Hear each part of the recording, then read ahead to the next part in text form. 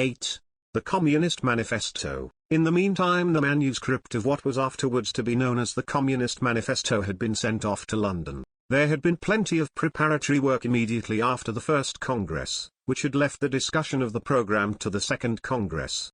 Naturally, it was the theorists of the movement who occupied themselves with the task, and drafts were drawn up by Marx, Engels, and Moses Hess. However, the only one of these preliminary drafts which still exists is the one which Engels refers to in a letter to Marx dated the 24th of November, 1847, that is to say, shortly before the Second Congress. Think over the Confession of Faith a bit. I think it would be better to drop the catechism form and call the thing a Communist Manifesto. As a certain amount of history will have to be brought in, I think the present form is unsuitable. I am bringing along what I have done here. It is in simple narrative form, but miserably edited and done in a terrible hurry. Engels then adds that he had not yet submitted his draft to the Paris branches, but that, apart from one or two minor details perhaps, he hoped to get it through. This draft is completely in the catechism form, and this would rather have enhanced the general understanding of it than otherwise, and it would have been better suited to the purpose of immediate agitation than the subsequent manifesto with whose ideological content it was in complete harmony. Engels immediately sacrificed his 25 questions and answers in favor of the historical method of presentation, and in doing this he gave proof of his conscientiousness. For he realized that the manifesto in which communism presented itself to the world must be, in the words of the Greek historian, a work of lasting importance and not a polemic for the casual reader. It was in fact the classical form which won a lasting place in world literature for the Communist Manifesto.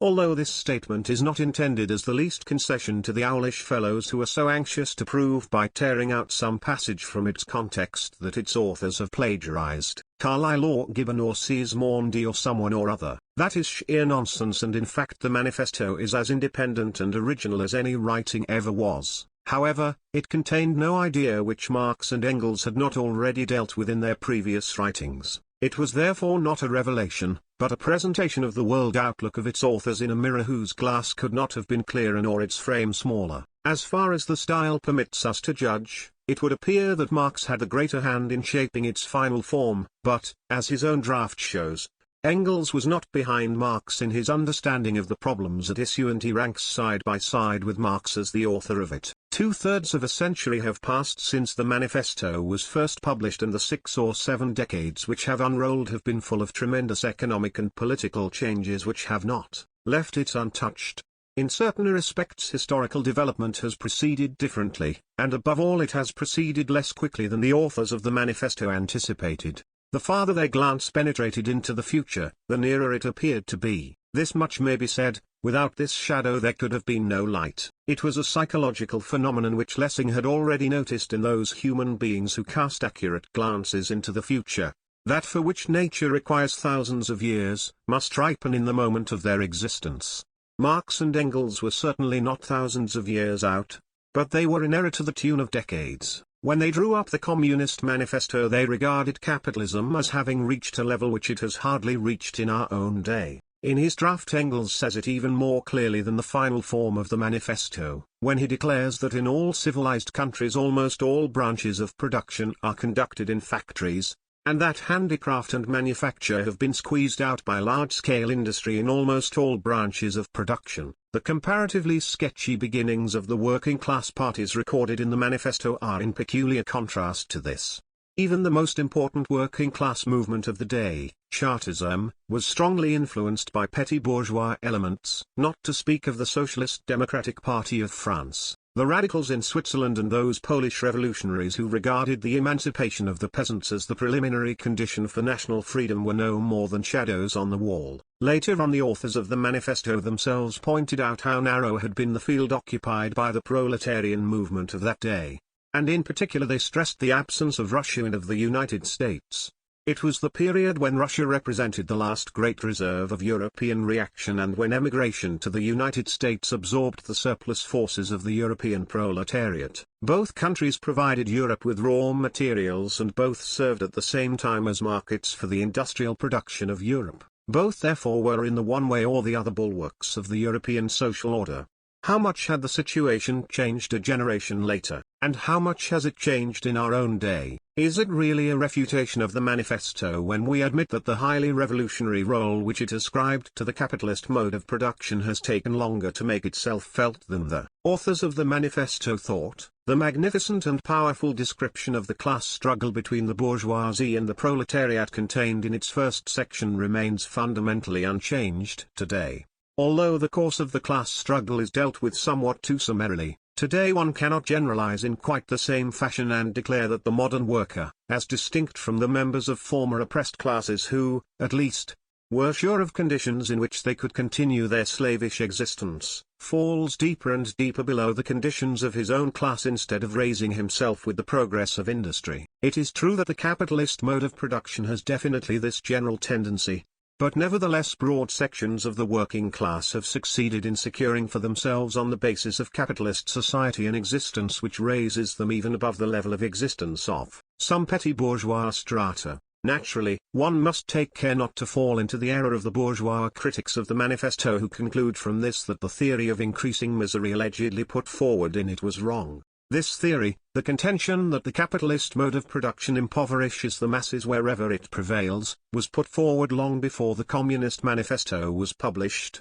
Even before either Marx or Engels put pen to paper, it was put forward by socialist thinkers and radical politicians, in fact, first of all by bourgeois economists. The essay on population, written by Malthus, was an attempt to refine this theory of increasing misery and turn it into an eternal natural law. It represented a state of affairs over which the legislation of the ruling classes constantly stumbled. Poor laws were passed and bastilles erected for the paupers. Pauperization was regarded as the fault of the paupers and punished accordingly. Far from inventing this theory of increasing misery, both Marx and Engels opposed it from the beginning. Not in the sense that they attempted to deny the indisputable and generally recognized fact of mass misery, but in that they proved that it was not an eternal law of nature, but a historical phenomenon which could and would be abolished by the effects of the same mode of production which had caused it. If there is to be any attack on the Communist Manifesto from this angle, then it can only be that its authors had not yet thoroughly escaped the influence of this bourgeois theory of increasing misery. The manifesto adopted the wage theory which Ricardo had developed, on the basis of the Malthusian theory of population, and as a result it underestimated the importance of wage struggles and of the trade union organizations of the workers, which it regarded primarily as training schools to prepare them for the political class struggle. At that time Marx and Engels did not regard the English 10-hour bill as the victory of a principle, but, within capitalist conditions, as a reactionary fetter on large-scale industry. The manifesto did not recognize the factory laws and trade union organizations as stages in the proletarian struggle for emancipation. A struggle which must transform capitalist society into socialist society and which must be fought out to the bitter end unless the first hard-won successes were to be lost again. The manifesto therefore regarded the reaction of the proletariat to the impoverishing tendencies of the capitalist mode of production too one-sidedly in the light of a political revolution. It based its conclusions on the English and French revolutions, and expected several decades of civil war and national wars in whose hectic atmosphere the proletariat would quickly ripen into political maturity. The opinions of its authors can be seen clearly in those passages of the manifesto which deal with the tasks of the Communist Party in Germany. It favors cooperation between the proletariat and the bourgeoisie when the latter acts in a revolutionary fashion against the absolutist monarchy, against large-scale feudal landownership and against petty bourgeoisdom. But it points out expressly that the communists must not fail to make the workers understand thoroughly the fundamental antagonism between the bourgeoisie and the proletariat. It then declares, the main attention of the communists is directed towards Germany because Germany is on the eve of a bourgeois revolution and because it will experience this revolution under far more highly developed conditions of European civilization and with a far more developed proletariat than was the case in England in the 17th and France in the 18th century. And because a German bourgeois revolution can be only the immediate prelude to a proletarian revolution. The bourgeois revolution referred to in the manifesto soon took place, but the conditions under which it took place had exactly the opposite effect. They caused the bourgeois revolution to pause hesitantly with its task only half fulfilled until a few months later the Paris June fighting cured the bourgeoisie in general and the German bourgeoisie in particular of all revolutionary hankerings. Thus we observe that magnificently chiseled as the manifesto is, nevertheless the passage of time has not left it unscathed. In 1872 in a preface to a new edition, the authors themselves pointed out that it had grown out of date here and there. But with equal truth they were able to add that on the whole the principles laid down in it had proved correct. That is a statement which will remain valid until the world historic struggle between the bourgeoisie and the proletariat has been fought to a finish. The first section of the manifesto sketches the fundamental principles of this struggle with incomparable mastery, whilst the second section deals equally effectively with the main ideas of modern scientific communism. Although the third section which criticizes socialist and communist literature goes only to the year 1847, it does its work so thoroughly that since then no socialist or communist tendency has arisen which has not already been criticized in advance in this section. Even the prophecy contained in the fourth and last section of the manifesto on the development of Germany has come true, though in another sense than the one intended by its authors.